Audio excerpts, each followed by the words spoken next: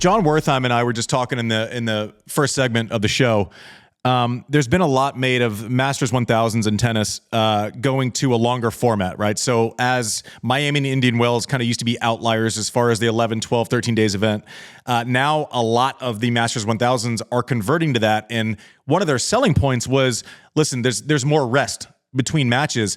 And my take is like, listen, if there's 5 more Master 1000 that are longer and you have to be on site, that's 5 weeks lost for rest on your own pillow.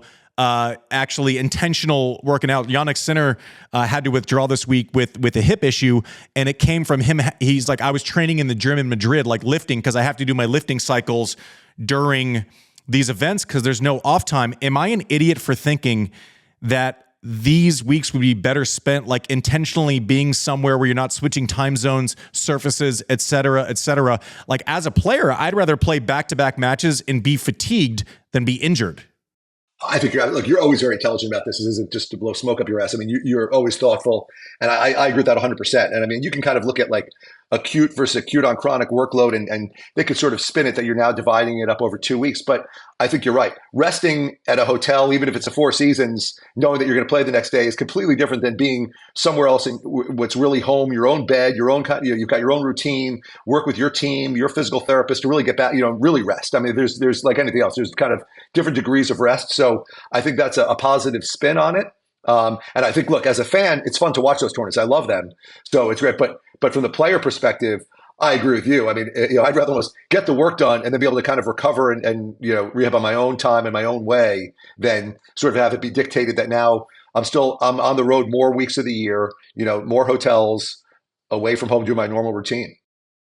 Do you think that us tennis players would see you less if we actually had time to schedule in these rest training blocks? Because I have it written here, and you're well versed in all sports. Obviously you've been the trusted doctor for professional sports teams, on different coasts. NFL 7 to 8 months. I get that. It's acute. Like you get knocked in the head. You need that time off. NBA 4 months off, and this is all assuming you win everything. This isn't like the shitty teams get more time off, and this is the same in tennis. You make World Tour finals and you add 3 weeks to your year. Congratulations. NBA 4 months off. Euro soccer 3 to 4 months off. Baseball 3 to 4 months off.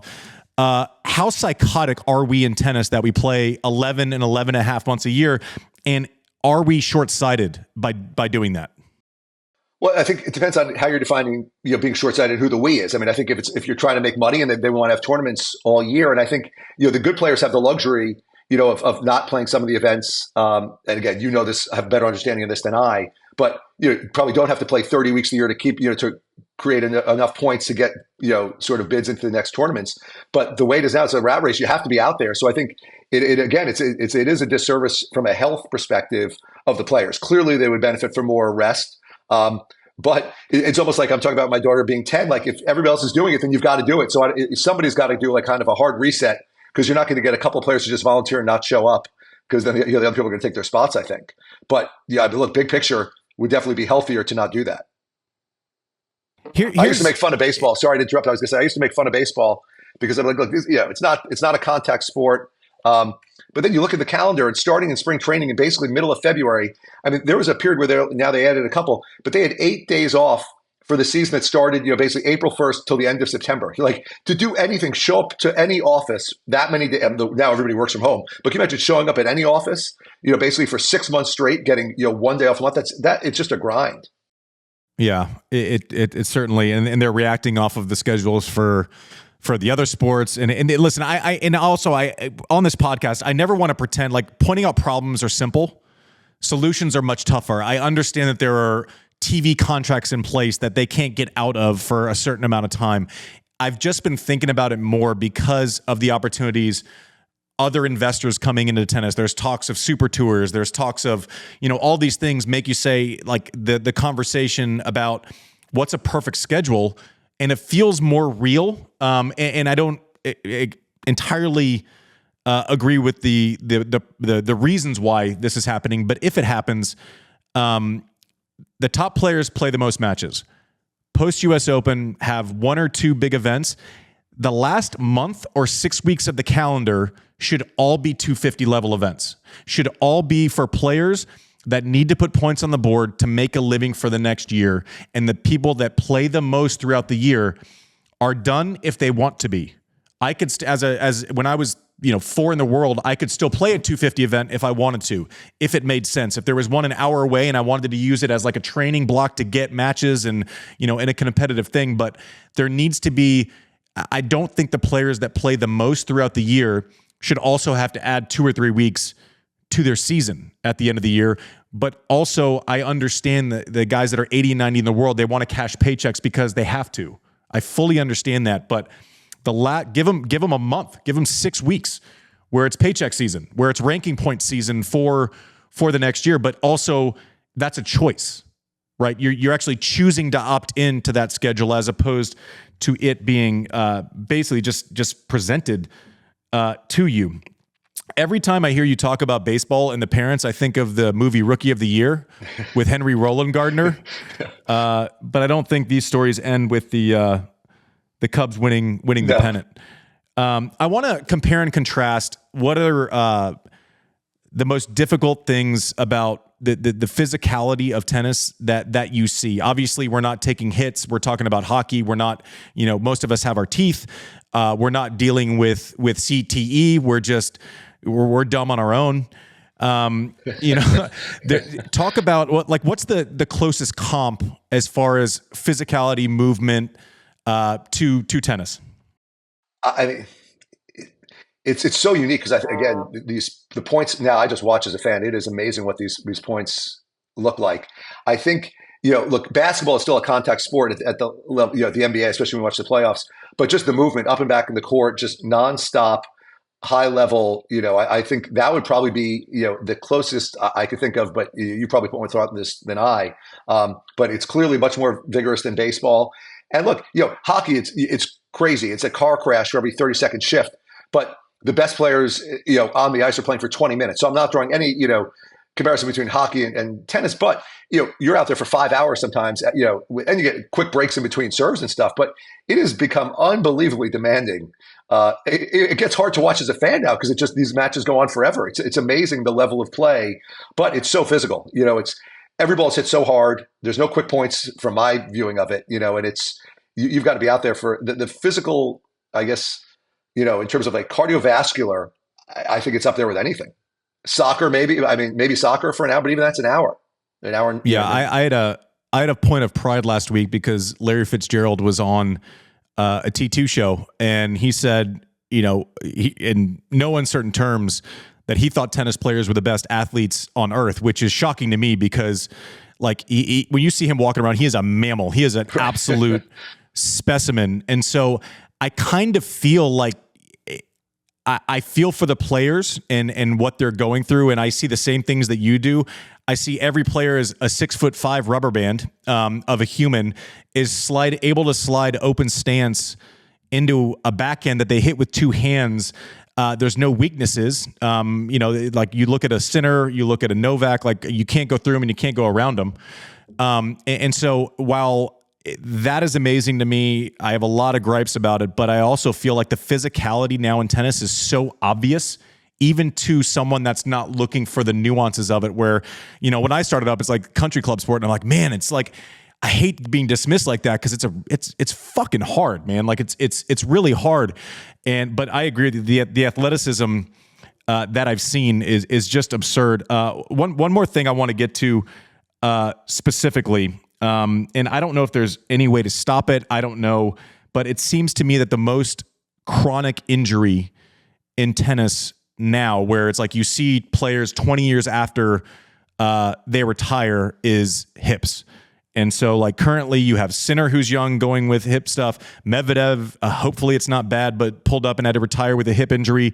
Andre has dealt with hip stuff. Jimmy Connors has metal hips. Guga has a hip. Magnus Norman, Bob Bryan, Andy Murray. And the list goes on and on and on. Why is that? Why has it become seemingly more prevalent over time? I'm guessing it has something to do with open stances. And is there anything that all the club chuckers listening can do to kind of avoid those same injuries, obviously at a lesser scale? Yeah, I mean, so part of it, yeah, you're right. And I think there's, a couple of questions in that. I think one is, yeah, and you answered the question, I think that the open stance, the just running, again, a match used to be an hour and a half. Now you're running for 5 hours. It's like treads on a tire when you start talking about kind of like hip arthritis and stuff.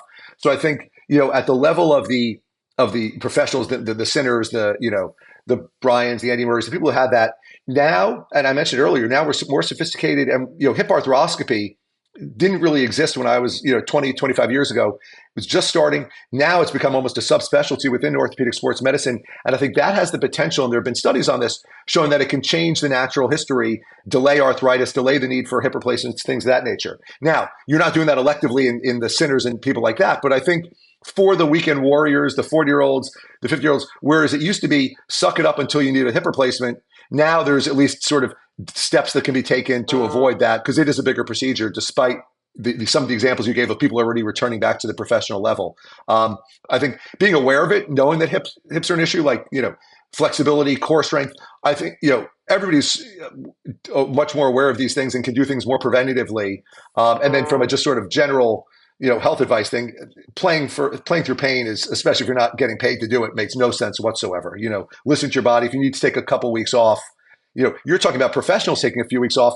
I see these weekend warriors who play, 7 days a week, and I'm like, you got to take some time off. I'm like, oh no, but I'm in this USTA thing next week, and my comment's like, well, how much are they paying you? I'm like, I kept Andy Roddick out of the French Open. You can miss, Old Westbury Country Club. Now they actually probably thought I'm implying that it was for medical reasons because you couldn't play on clay. But with that said, I just needed a doctor's note to skip school that day. With that said, they could miss, the Old Westbury Country Club, mixer. So but like people, it's at all levels. It's not just the kids, the parents. I think everybody, tries to define themselves by sports on a certain level. So, but people need to be smart about it.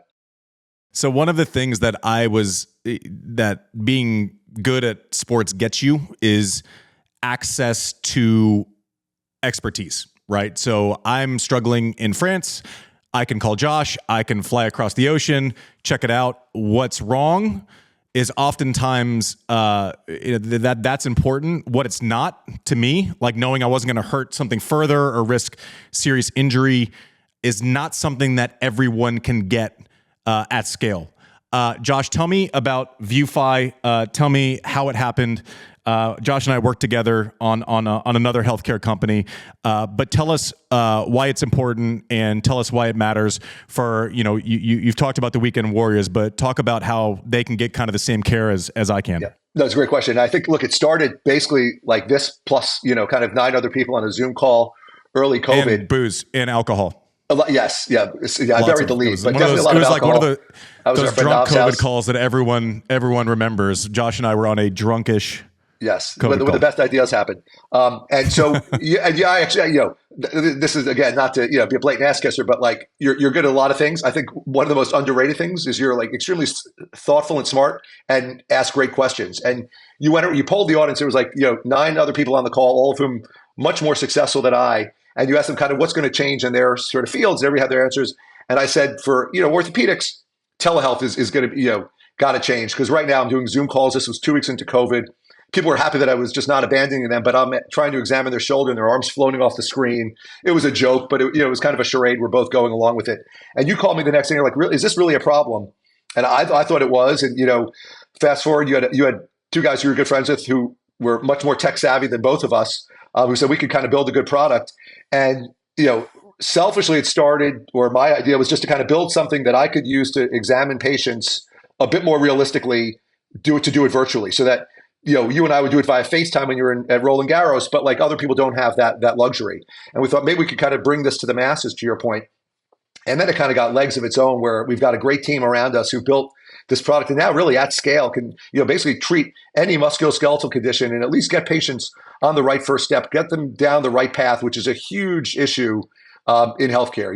You start going down the wrong path, the costs add up, the pain lingers, you don't get better, and things start getting done that may not need to be done or may not needed to have been done if they were diagnosed correctly initially. So with ViewFi, we built this amazing platform that can make the right diagnosis, treat people appropriately, with physical therapy, be it in person or virtually. And if they need to go to a surgeon, we've got that capability to get them to the best people as well. So definitely something I'm very proud of, and you were a huge role in that. So thank you. I'm always happy to learn even about stuff I have no business being involved with. You are one of the best at what you do in the entire world. I love you, man. You're one of my best friends. Thanks for coming on the pod. This is awesome. And we'll sidebar soon. No, this is great. Thanks. And I do feel bad for you guys if you went from Larry Fitzgerald to me, though. You're heading in the wrong direction quickly. No, to be fair, Larry wouldn't even think about coming on our show. It was on a different show. Thanks, JD. Perfect. All right. That makes much more sense. Thanks, brother. Take care, guys.